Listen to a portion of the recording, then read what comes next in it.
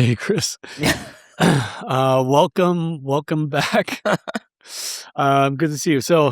And welcome back to all of our listeners. This is another episode of Growing E-commerce, brought to you by Smarter E-commerce. I'm one of your hosts, Mike Ryan, and with me today is Christian Scharmüller. My name is, by the way, not as sexy as yours. Christian Scharmüller versus Mike Ryan. I lose right there. It's hurting. Oh, that's a region bias. It's a region bias? Yeah. Do you think Scharmüller is sexy for non-German speakers? No. No, yeah, that's the point. So I will probably introduce myself with only Chris the next time. Man, because Chris is somehow fine.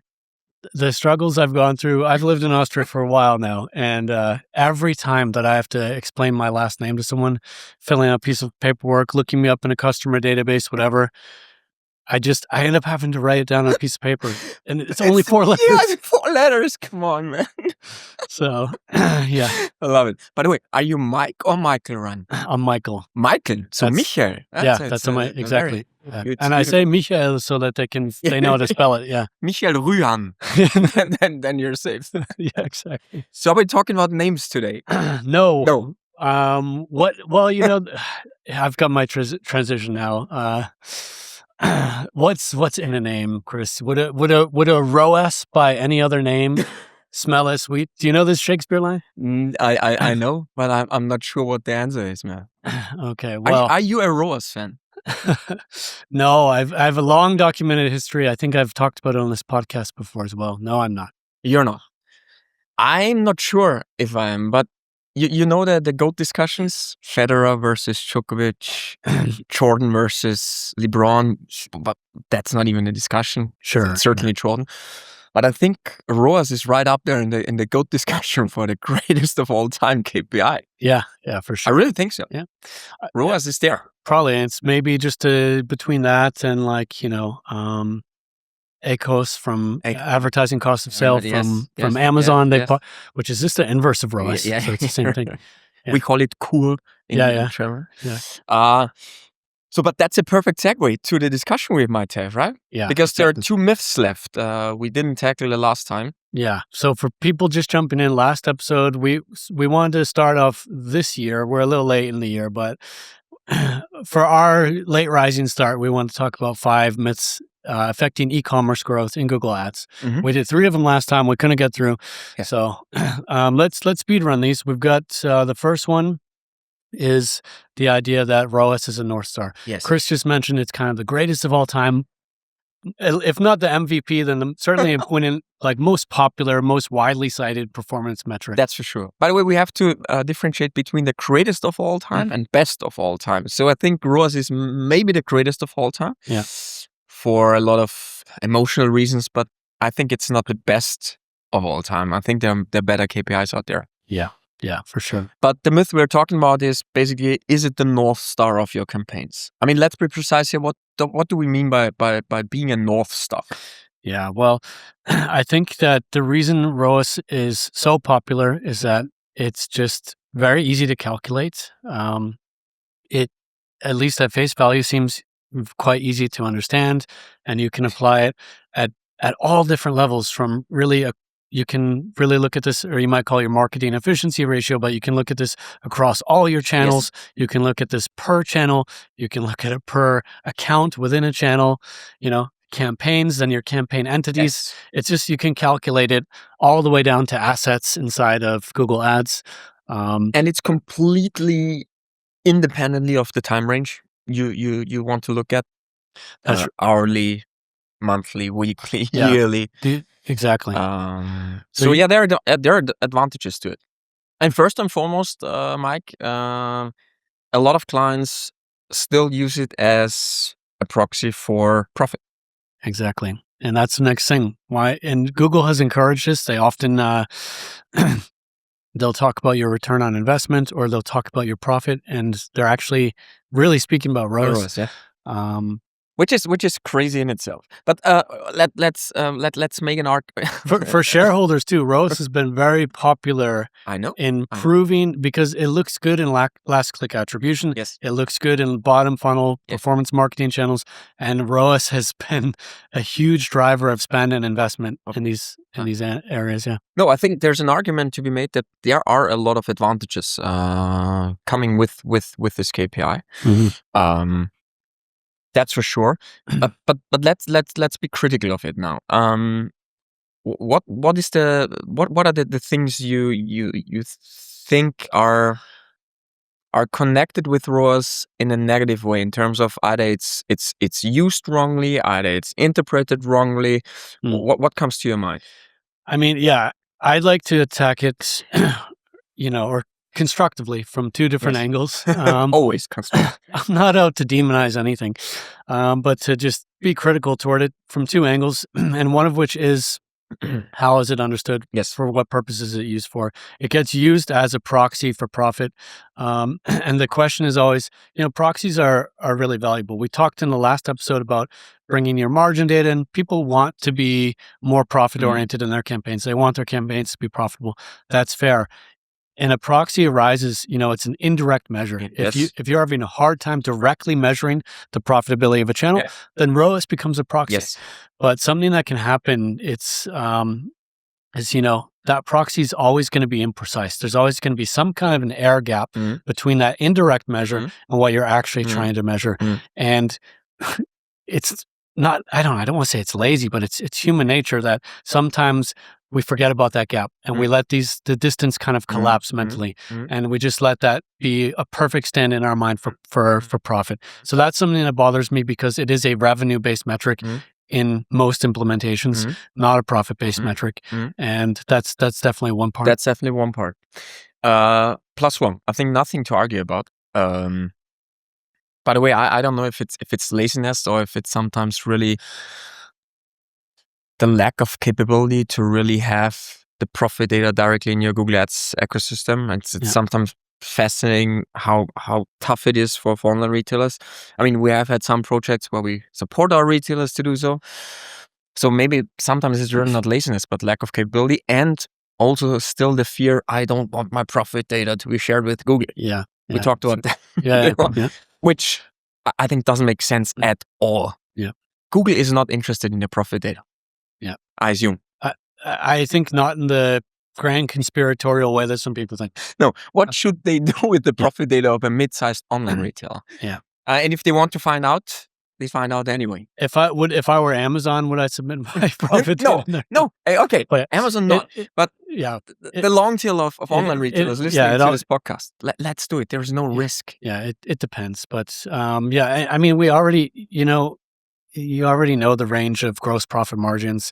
You can look at the distribution per category. Yes. And you can get a pretty close approximation. Yes, the data is there. But there are ways, by the way, to modify it. True. So yeah. So that. But we're getting a bit away from the topic though, because. Thank you very much, Mike. Thank you for moderating it. But it's something which I don't get. Man, I don't get so many things, but this is one of them. Okay, right. Back to the ROAS. Another thing, what I see is something which bothers me at least sometimes, is that the clients don't understand the massive impact of the universally recognized law of diminishing returns.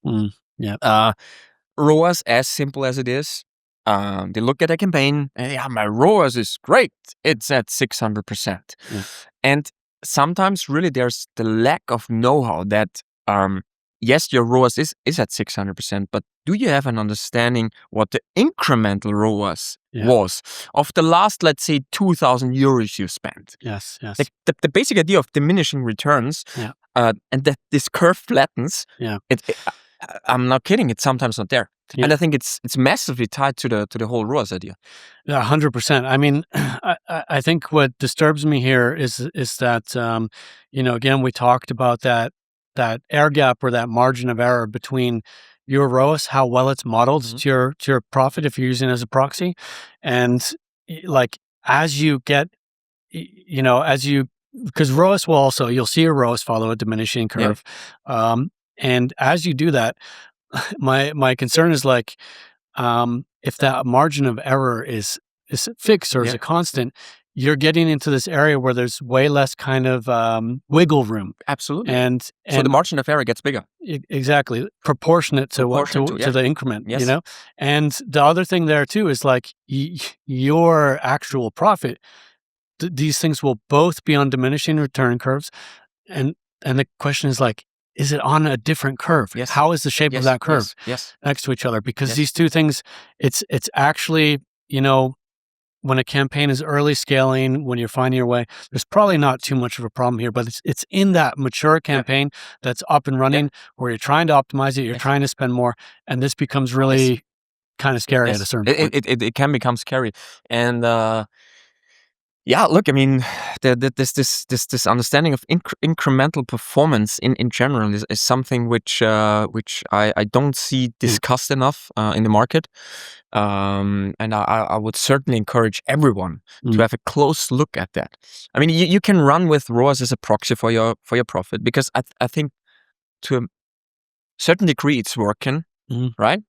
But be aware of this flattening return curve, because the margin gets bigger, especially if the profit stays constant. The proportional difference can become scary. Yeah, definitely. For sure, I think we have a visual aid we'll throw on for viewers as let's well. do this. We have a slide here.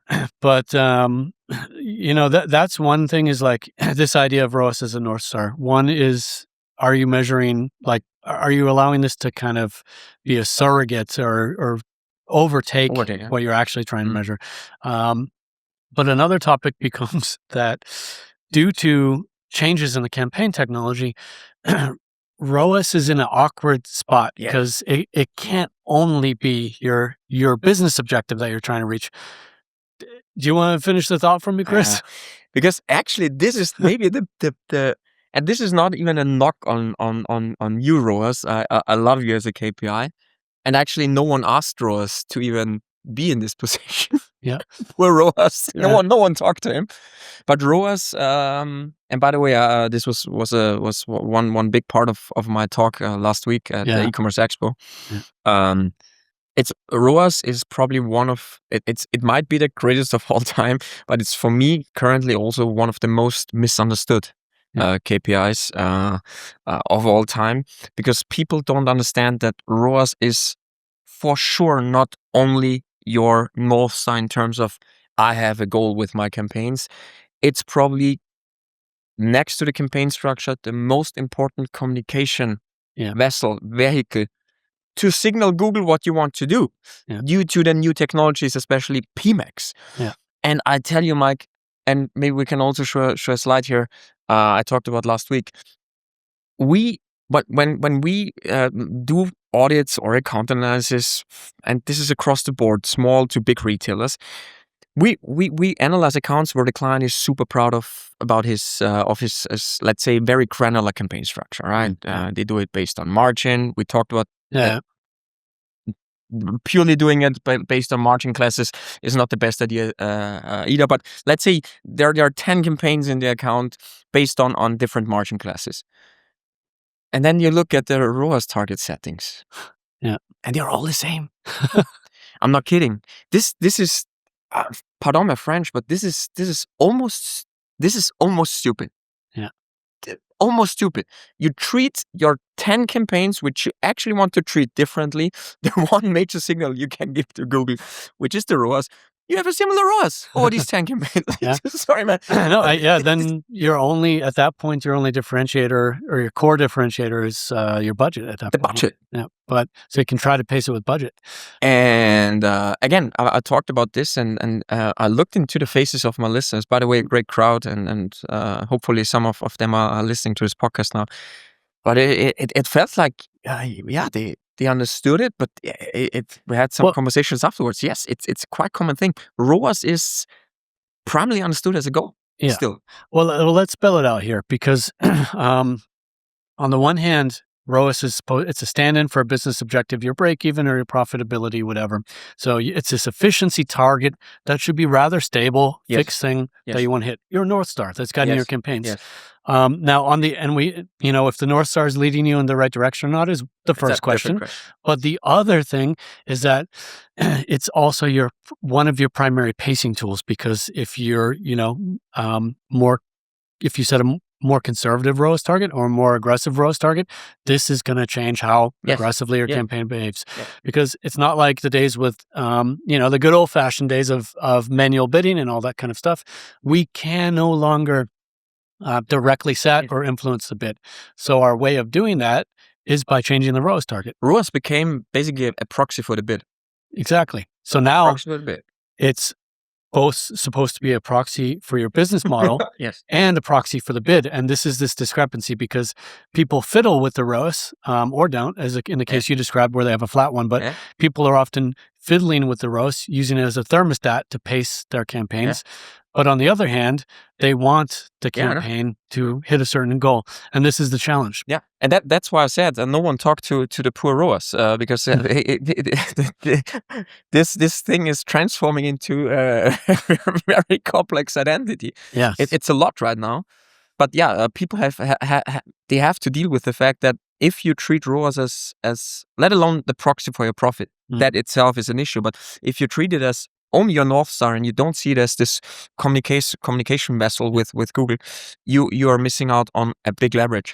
Exactly. And by the way, one thing, Mike, I would like to add here is because this is the next discussion, which is not directly tied to ROAS KPI itself, but how you work with ROAS. I still see that, again, across the board, small to big retailers, I see 7 out of 10 online retailers, if they even try to be dynamic with the ROAS setting, they do it gut feeling based. Yeah. Which is beyond my thinking. Why don't you have a scientific based approach, right? What we do with our platform. No sales show here, but everything is at least a certain set of heuristics. A lot of people do it gut based. Okay, my campaign is performing well. I don't get it. It's really something which drives me crazy. Yep. I hear you. And, Google is also, they're working on their own kind of target ROAS recommendations and budget recommendations. We've myth busted them a bit in the past as well. I can remember. Yeah. But it's definitely a challenge. I mean, in the end, what you want to be able to do is make sure that your campaigns taken together are achieving an account level goal so that you can have that directional guidance of ROAS. Which should be somewhat stable, right? Exactly. Yeah. But then at that sub-account level, you need to be able to have flexibility with your budgets and your ROAS targets. Maybe we can also show this slide because maybe we have it right there. Because the ROAS should be the North Star on, let's say, account level, right? But once you try to steer your campaigns, where you put some thought into it, how to separate them, and there are reasons why you separate them. Let's work with the ROAS, And again, it's a proxy for the CPC. You want to treat the campaigns differently. So ROAS, man, I'm a big fan, but it became a complex thing. Absolutely.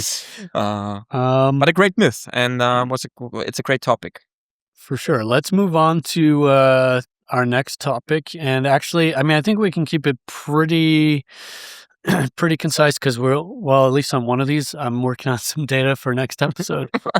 No sneak preview? Yeah. But I know what you're working on. I'm really curious about this. Anyway, let's talk about the myth. Yeah. PMax is a black box. It's the black hole. Yeah. I by the way, I called back in 2020 or 2019, I called Smart Shopping. I said it's not a black box campaign type. It is a black hole. And I'm. But you were right back then. This was absolutely the case back then, and no technology was more opaque or intransparent than Smart Shopping. PMax has actually for a long time now been improving on that, but I think it still comes up all the time. And I'm actually, we're working on this PPC survey together with a bunch of partners. Check it out, ppcsurvey.com. I don't think the results will be live by the time you're listening to this, but it'll be coming soon. And definitely people still complain that there's no transparency in PMax, and that's a black box. First impression bias, because it was a black box in the beginning. And it's like, okay, let's adjust our attitudes a little bit because just a little bit. Yeah, I think we do at a certain point need to give credit to Google where credit is due. Google, here is credit. Yeah. Carla, if you're listening. Exactly. Our good friend Carla.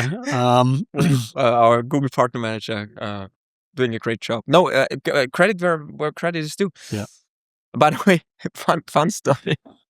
I had it was rather late and I was already at home. I had a phone call with a client and we they were complaining about whatever. And my son was listening, and my son is very much into astrophysics. He's 4.5 years old, but he loves stars and sure. And I don't know why, but we talked about a black box, right? Like a black hole.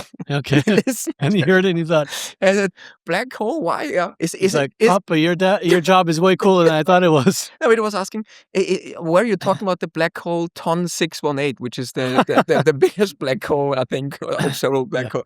No, I was talking about the campaign type there. But hold on, we'll get back on topic. But do you know about Planet X? No, Planet X. Check out Planet X. Is it a YouTube channel or what? No, it's a theorized additional planet. They think there might be another planet hidden in the solar system that we don't know about. And you have to check out Ton 618.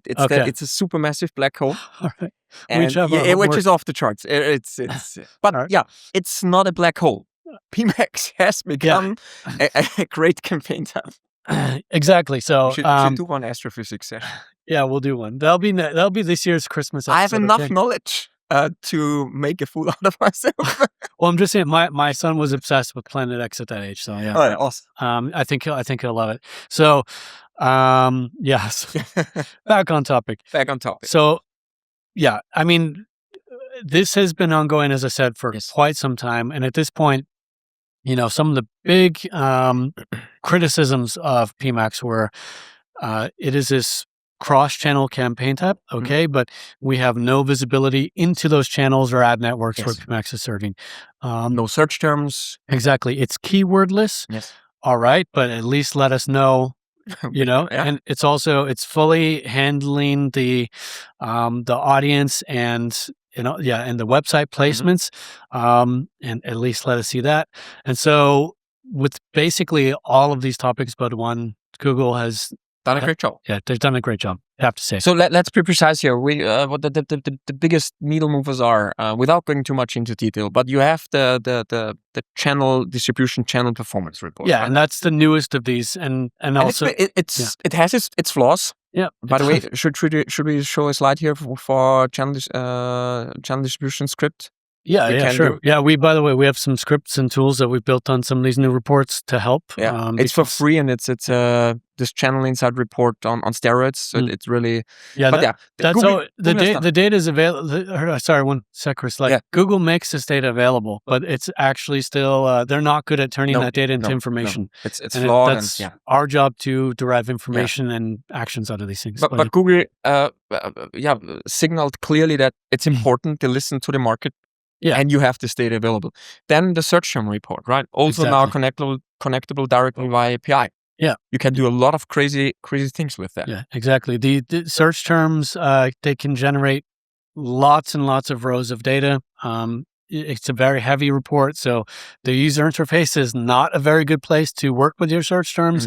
It's better to use a tool for that. Yes, but again, the data is available. But the data is there, and you can do things with it. This is the cool things. I think we're moving into a place again. And by the way, I think we had certainly one episode where we compared smart shopping versus PMax. Smart shopping wasn't good. It was a garbage product. It was a garbage product, and you were literally forced to play a standardized game, and there were hardly any chances to differentiate yourself against your competition by being smarter. Yeah. And PMax enables you now to really be the smart kid on the block again. Yeah. I love it. I really love it. I had to really swallow my pride when, because smart shopping, it was just such a poorly designed product, and it became very popular anyway. Yes, which was really not encouraging, let's say. But with PMax, I think we also, not just me, but we as a company, we're like, all right, well, we see people are going to work with this technology anyway, so let's help them do Of it. course. But now PMax, it's at the point where it's not a dirty word anymore. No. We openly recommend it as a future-proof campaign tab. And again, if you do it correctly, you can be significantly better than your competition. Yeah, that's what I love, because that's why we exist. We as a company, the experts listening to us, you want to be smart, and Google enables you to do crazy intelligent shit again. A placement report. Exactly. Yeah. This is something. This is emotionally. The placements are important for you. Yeah. And I'm gonna we'll talk about this more in the future, but because it's not all sunshine and roses, but at least we can see that. See something there, yeah. So we can see the websites and apps and YouTube channels and videos where our ads are being placed, and that's important because you should just know where your ads are showing up. And we've also a great script here. Yeah, that's right. We should also show this slide. Why not? We're gonna put it on. We open the floodgates now. Gonna put it on. So yeah, if you're watching us on YouTube, or actually I think we now have video on Spotify. Video should be coming to Apple soon in the future too. So very exciting. But and if you're only listening, it's really worth it. If you're only listening, you know what? Google search still works. You can Google for SMAC or Smarter E-commerce script. And get the scripts. You'll find them. You'll find. But they are really helpful. Yeah. But back to the topic. So overall, Mike, we can certainly, I think, constitute that Google has listened to the market. Yeah. I think we can also say that they have listened to us. Yes. To a certain degree. Yes. Because we are an important partner for Google, and we appreciate the open conversations we have with them. And they did some significant changes. That's it. Yeah. And I love it. Yes. On a final note, Mike, because I think we discussed this as well. For sure, the possibilities, the more possibilities you get, again, the more complex this whole thing will be, right? Yes. That's true. Yeah, that is, yes. So this is probably the only downside that you have to, if you want to untap these features or these new data points, the complexity increases. Yeah. I mean, but I think for a lot of people that's actually welcome news. I mean, I think there's just a paradox with PMax where it at a purely functional level, it was simpler to use, but it was harder to succeed. That's true. And now with the additional insights and complexity that's possible, it opens up some more differentiation space. Because if you can put in that work, and if you do put in that work, you can differentiate more. But, the transparency is a bit ahead of the controls. In some cases, the control, there's, for search term reporting, there's negative keywording. For placements, there are exclusions. But what the kind of elephant in the room is for the channel reporting. There's actually nothing that you can really do there. And the one area where they haven't offered a lot, like you can do now certain demographic exclusions, but they don't give you demographic reporting. So there's still some work to be done, but we are in such a better place than we were 3 years ago. Let's appreciate this. Yeah. Let's appreciate it. We could say some criticism, but I know some Google PMs listen to this podcast too and stuff. Listen, here, it's not often we say it, but here's to you. Thank you for listening, and thank you for making these changes. Thank you very much. And let's end this episode on this awesome high note. Okay. It's, we usually somehow find our way down to a low point and we're like, well, this is awkward. Yes. But we're ending on a rare high note and a tip of the hat to Google. Today is, what is it, the 19th? Yeah. Yes, let's mark this down, Mike. Put that in your calendars. An utterly positive episode. Yeah. Nothing to complain about. All right. Stage is yours. So, having said that, I think we're at our time box. So thank you so much for giving us your time and attention, everyone listening here. This has been another episode of Growing E-commerce, brought to you by Smarter E-commerce, also known as SMEC. You can learn more, as always, at smarter-ecommerce.com. And again, if you like this podcast, please give us a shout out on social media, give us a review or a rating on your podcast platform. We really appreciate it. Thank you, Chris. Thank you, sir.